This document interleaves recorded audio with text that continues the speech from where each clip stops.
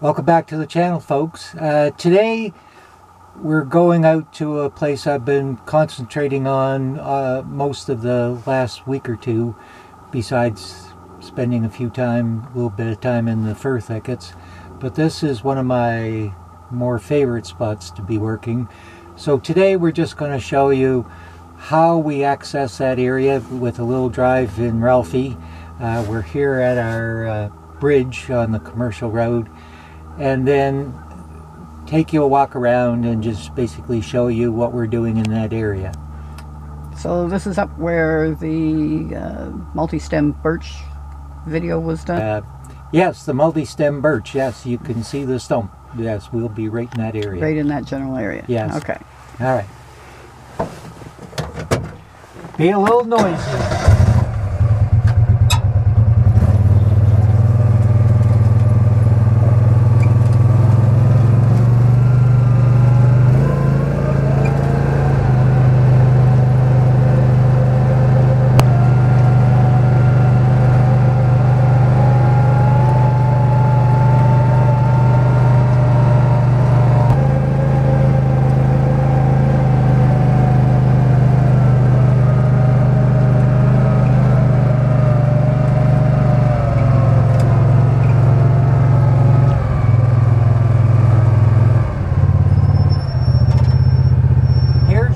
Off-road.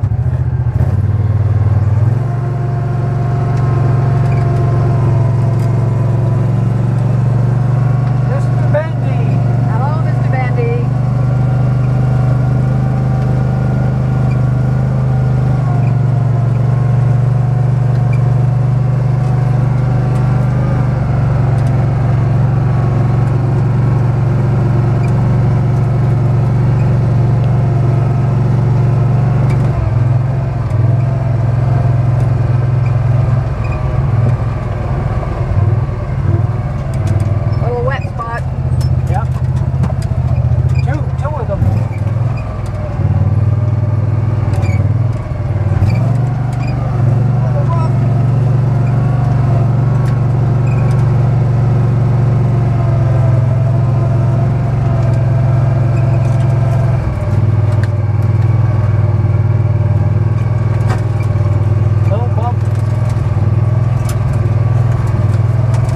Spot number 3. This is the slabwood one. It hasn't worked too badly. Well, you like being shaken around. And up the hill we go.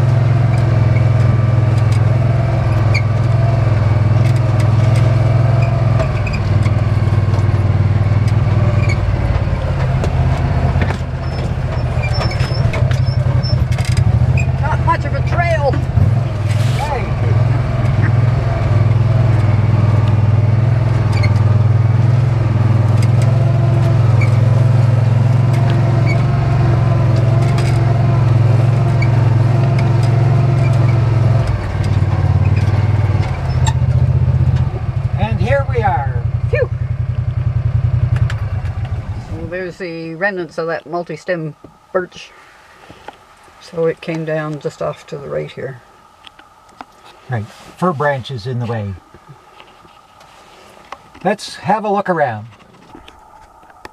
So one of the attractions of working in this area is we already have some, I'm pretty sure this is white ash regeneration. So to give it sunlight so it can come along and grow and prosper, a good climate change tree, many would say that promoting white ash is a little crazy with the emerald ash borer, about less than 100 kilometers away. On the other hand, our options here are few. There's not much else coming up. This is predominantly right in this area, other than the white ash, predominantly white, gray birch, and fir. None of which is promising for climate change, other than the white ash. Now down a ways I'll show you I did free up a couple of red maple, but while I was working here and been up in this area for a couple of days, I decided to explore up this slope a bit. So why don't we take a little wander up there.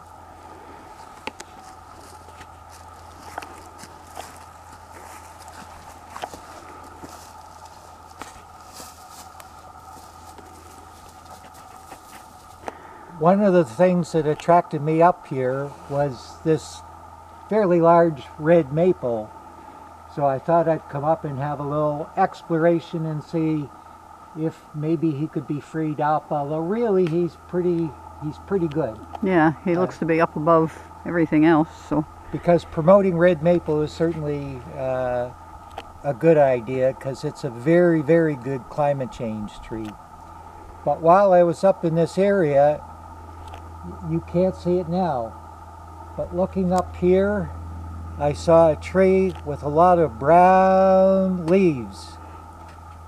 Very good to find your red oak at this time of year, although a lot of the trees have started to lose their leaves if they're exposed and getting wind. Anyhow, let's have a look at them. So here we have a red oak, which is a very important tree. We have 3 mature red oak in the property, as you may recall from previous videos, and it's a good climate change tree, and it certainly adds some more diversity that we very desperately need within this woodlot area, because a woodlot made up of white ash and red maple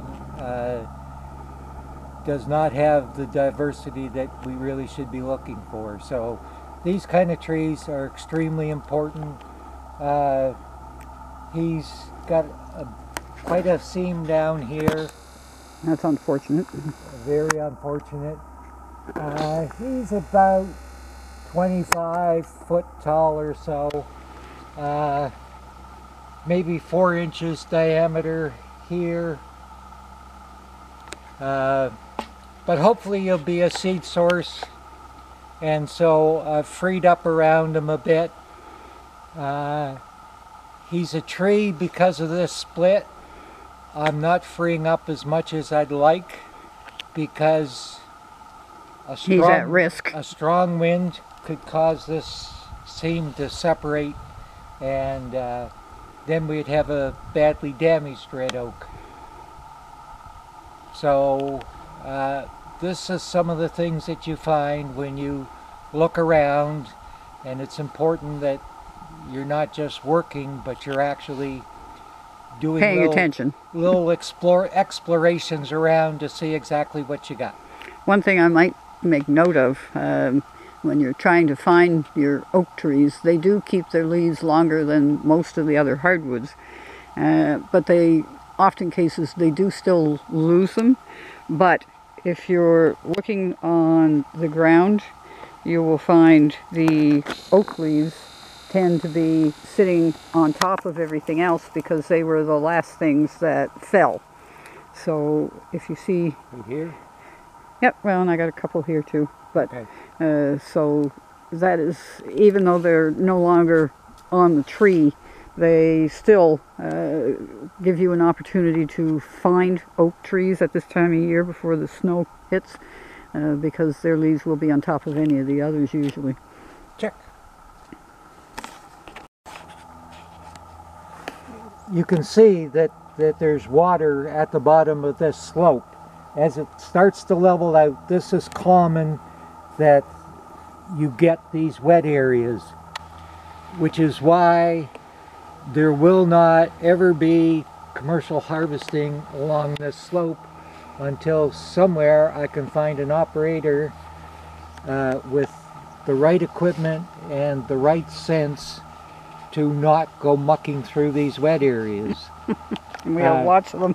There are dry spots, like where I have Ralphie out further from where the slope stops. It's dry out there, but certainly to muck up and down the slope here into this stuff is not desirable, and To be avoided. it just will never have large equipment on here until we can find some way to do this without... This is where you need to go back to logging with the horse. Horse logging would work well. Even like ATC logging, again, if people stay across the slope instead of running up and down when it's soft. If it's this was quite dry during the summer because we had a very dry summer. So there are times of the year that you know, some work could be done in here, but it takes somebody who uses their noggin to know when they're starting to do some damage. In order to get Ralphie across this stump, I've cut him down as low as I can without getting my chainsaw into the dirt. I had to go scrounging for rocks to fill in some of the holes so that Ralphie didn't get all hung up here, although he's still given a little bump coming across, I think somewhere around here. But I can always find more rocks. That's one thing we have lots of. Well, in most places we do. And over here is, again, why I like this part of the woodlot is rather than going into a fir thicket, cutting out bunches and bunches of fir, and then saying, gee, I wonder what's going to happen in here. This, I'm assuming, is a red maple. The likelihood of being a sugar maple is very, very, very... I think it's more in the minus. It's very small. That I freed up, basically cutting out some fir and white gray birch. And there's another one right here. They're a bit close, but as long as they're freed up on three sides, having them close on just one side together is not a major problem. So these are the kinds of things that I go looking for, and here I was managing to find them. And I know people get perturbed, like this work is messy, okay? No doubt. Does it mess up your woodlot? In many respects, yes it does. It's not beautiful, at least in my eyes. But I want to show you a bit of what Mother Nature can also do. So come along. You can see this large fir. It's snapped off at the bottom. Butt rot is quite common. But you look behind them and there's a white ash. Nice white ash. The white ash in this area are rock solid. We have no blowovers or anything. But now we'll look at what's happening to some of the fir, or more fir. Okay, so right now you're looking at 3 or 4 fairly large, I believe they're all fir trees. They've basically all been uprooted and from wind. And as Debbie pans across, you can see there's just Big mess. a big mess. Mother Nature's not tidy. Mother Nature is as untidy as I am. And so now this is great compost. It'll all break down. This is not the end of the world. On the other hand, you know, this is not the kind of healthy forest that we need in order to help combat climate change. And of course these trees, even if they were healthy, are still not the trees and the species that we need. We need trees that are going to live 200 and 300 years old, you know, to last. Not 80 and 90. Right. 80 and 90 years just doesn't cut it. It's just a cycle. It absorbs carbon, then it breaks down and puts carbon back into the air. We need to get into those long-lived trees that are better suited. So there's not much in here but fir and occasional birch that I can see. Well, there is bits of, like we have a white ash, couple of white ash right here. Off to the side here, yeah. And so they appear, again, rock solid, you know, no wind throw there whatsoever. So as long as the emerald ash borer doesn't take them out. Well, it's, when your options are few, you take what you got. You take what you got to work with and do the best that you can. I'd love to see sugar maple and beech all through here. You know, some big white pine and all kinds of other goodies, but that's not what we've got. Wishing ain't gonna make it happen. So yesterday I was here dropping down a couple of fir, basically to free up this white ash, and then there was another fir just down the slope here to another white ash. Free up another white ash. Yeah. And of course, part of freeing up the white ash, there was this, I believe it's a gray birch that's lying down underneath one of the firs. Yep. So 10, 15 minutes later, I'm further up the slope, and down in this area, there's two does who are browsing around, and I think the deer really like you. Yes, they do. They hear the chainsaws. Well, but it is important.